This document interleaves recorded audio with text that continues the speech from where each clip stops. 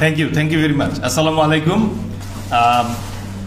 আমরা আমাদের এই সোনার বাংলাদেশ যেই নতুন করে একটা স্বাধীনতার স্বাদ পেতে যাচ্ছি এবং আমরা নতুন একটা স্বাধীন দেশের নাগরিক হিসেবে নিজেদেরকে আত্মপ্রকাশ করার সুযোগ পেয়েছি, সেই জন্য আপনাদের সবাইকে কংগ্রেচুলেশনস। দেশটা আসলেই সোনার বাংলা। এই পাল সেন তারা একটা অংশ নিয়ে গিয়েছে, তারপর আসলো ব্রিটিশরা, তারাও লুটপাট করে গেল, পাকিস্তানিরা ছেড়ে কথা বলেনি। তারপর আমরা গত 15 বছর দুঃশাসন দেখলাম, নিজেরা তো লুটপাট করছেই, ওইখানে থামে নাই, ইন্ডিয়ানদেরকেও ডেকে এনে বলছে তোমরা লুটপাট করো। এরপরও আমরা টিকে আসছি, দুটো খেয়ে আমরা এই দেশে বেঁচে আসছি আলহামদুলিল্লাহ। এই জন্যই আমি বলি যে আসলেও পৃথিবীতে একটাই দেশ সোনার বাংলা, আমরাই সোনার বাংলা। অবশিষ্ট যা আছে সেটা তো টিকিয়ে রাখতে হবে এবং তার উপরে বেস করে তো সামনে যেতে হবে। তো সেই প্রেক্ষাপট থেকেই এই আমাদের যে স্পিক বাংলাদেশের কনসেপ্ট, কারণ আমাদের কথা বলার অধিকার ছিল না, সেই কথা বলার অধিকার শূন্য হতে হতে এমন অবস্থা লোকজন ফেসবুকে পোস্ট দিতে ভয় পেত। তো ওই রকম একটা অবস্থা থেকে আমি আপনাদের দৃষ্টি আকর্ষণ করব যে আমি যেহেতু একজন নিরাপত্তা বিশ্লেষক, সুতরাং স্পিক বাংলাদেশের যে এই ফোরাম আছে, এই ফোরামে আমি সাবজেক্ট ম্যাটার এক্সপার্ট হচ্ছি নিরাপত্তা নিয়ে। আমি চেষ্টা করব আমার পয়েন্ট অফ ভিউ থেকে নিরাপত্তার জিনিসটা বিশ্লেষণ করার জন্য, নিরাপত্তা সংক্রান্ত ব্যাপারে আপনাদের ভেতরে যে প্রশ্নগুলো আছে এগুলো জানা এবং আমার যে প্রশ্নগুলো আছে এগুলোকে উপস্থাপন করা। That is our platform. এখানে এইম হচ্ছে তাই। নিরাপত্তাকে আমি নর্মালি 3 ভাবে দেখি। একটা হচ্ছে বহিঃশত্রুর আক্রমণের ভয়, নিরাপত্তা ঝুঁকি। আরেকটা হচ্ছে ভেতরের যে ভয়, অন্তর্ঘাত এবং ইন্টারনাল যে ইনসিকিউরিটি আছে এটা। সুতরাং সেই পয়েন্ট অফ ভিউ থেকে আমাদের আর্ম ফোর্সেস অথবা মিলিটারি যেটা আছে তাদের কাজ হচ্ছে বহিঃশত্রুর আক্রমণ থেকে রক্ষা করা। আইন শৃঙ্খলা বাহিনী যারা আছে তাদের কাজ হচ্ছে আমাদের দেশের internal law and order situation ঠিক রাখা। আর আমাদের ইন্টেলিজেন্স অথবা গোয়েন্দা সংস্থার কাজ হচ্ছে এই 2টা অর্গান যে আছে তাদেরকে ফ্যাসিলিটেট করা। গত 15 বছরে কি এই 3টা অর্গান নিজেদের কাজ সঠিকভাবে করেছে? স্পিক বাংলাদেশ এই জিনিসগুলো নিয়েই কোশ্চেন করতে চায়। কেন আমাদের প্রাণপ্রিয় সেনাবাহিনীর শান্তিরক্ষা মিশন প্রশ্নবিদ্ধ? কেন চ্যালেঞ্জড?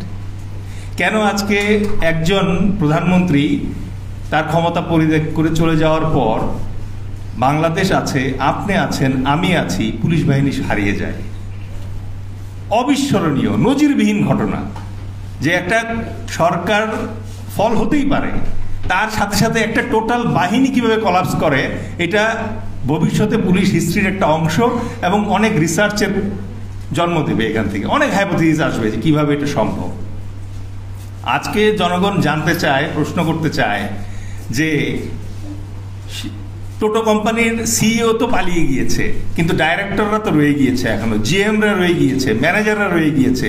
তাহলে ওই জিএম, ওই ডাইরেক্টরদের সমন্বয়ে এখনো যে অফিস চলছে, সেই অফিস কি সত্যিকার অর্থেই আমাদের জনগণের আকাঙ্ক্ষার বাস্তবায়ন করতে পারবে কিনা?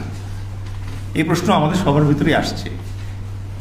আমাদের ভিতরে প্রশ্ন আসছে যে আমাদের যে প্রতিরক্ষা বাহিনী, তাদের যে মূল দায়িত্ব দেশকে বহিঃশত্রু আক্রমণ থেকে রক্ষা করা, আজকে আমাদের ছাত্র জনতা আমাদের কূটনৈতিক অঙ্গনে, ডিপ্লোমেসিতে স্বামী স্ত্রীর সম্পর্ককে অস্বীকার করেছে, তাই তো? তারা তো আর এটা চাচ্ছে না। তাহলে এই নতুন ভৌগোলিক বাস্তবতায় আমাদের প্রতিরক্ষা বাহিনী আমাদের দেশের সার্বভৌমত্ব রক্ষা করার প্রায়োরিটি বাদ দিয়ে পুলিশ বাহিনীকে কোলে পিঠে করে মানুষ করার দায়িত্ব কতটুকু পালন করতে পারবে? অনেকেই বলছে যে অবসরপ্রাপ্ত সেনা সদস্য যারা আছে তাদেরকে রিজার্ভ কল করে এই মুহূর্তে দেশ পুনর্গঠনে নিয়োগ করা হোক। এই প্রশ্নটা কি যৌক্তিক কিনা, এই প্রশ্নও তুলতে হবে। স্পিক বাংলাদেশ এই ব্যাপারেও কথা বলতে চায়।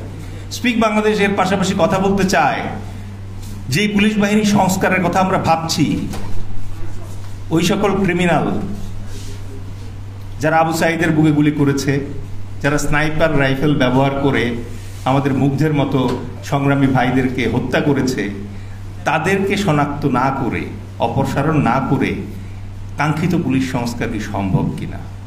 সর্বোপরি আমাদের গোয়েন্দা সংস্থা যারা আছে সেখানে আগে যারা যেভাবে কাজ করেছে তারা এখনো সেভাবে কাজ করলে কি আমাদের সেই কাঙ্ক্ষিত লক্ষ্য পূর্ণ হবে কিনা? আমি আপনাদের সবাইকে ধন্যবাদ জানাচ্ছি আজকের আমাদের এই স্পিক বাংলাদেশের অভ্যুদয়ের যে অনুষ্ঠান আছে সেই অনুষ্ঠানে আসার জন্য। আমি সত্যিকার অর্থে এত সমাগম প্রত্যাশা করিনি, সত্যিই অত্যন্ত উৎসাহবোধ করছি। প্রায় দীর্ঘ 20 বছর বাংলাদেশ সেনাবাহিনীতে নিজের আত্মনিয়োগ করেছি, চেষ্টা করেছি দেশকে সার্ভিস দেওয়ার জন্য। এখন অবসর গ্রহণ করার পর আমার মোটিভে কোনো চেঞ্জ আসেনি। সো যদি সার্ভিস এভাবে প্রদান করা যায়, কথা বলে সচেতনতা এনে, ওয়াই নট।